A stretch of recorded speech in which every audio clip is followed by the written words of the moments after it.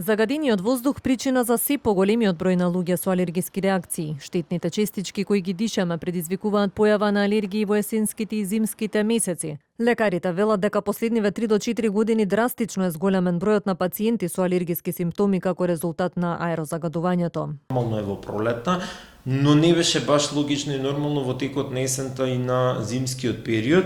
Значи зголемен е, може би 10 до 15% повеќе, може и 20%. Од година во година тој број некако константно се зголемува. Обично тука имаме чешање на носот, повторно гребење од грлото, кое е малку по специфично во однос на класичната настинка, може да има течење на нос, може да има затнат нос, може да има интензивни кивања, исто се појавува малаксаност, се појавуваат главоболки, значи сето тоа се некои симптоми кои што укажуваат на алергиска реакција. Лекарите предупредуваат дека никој не е имун на загадениот воздух, но најтешко се одразува кај хронично болните и кај децата. Највеќе децата страдаат од респираторни инфекции, вие кога ги вдишувате PM10 частичките, тие влегуваат преку носот, прават едно оштетување на респираторниот епител и тука веќе станува поподложен пациентот на внесување на бактерии и вируси од различно потекло. Пациентите со астма и со хронична обструктивна белодробна болест се советува кога не е потребно да не излегуваат и да ги напуштаат своите домови во периодот на загадување, ако треба тоа да го направат, да носат маска.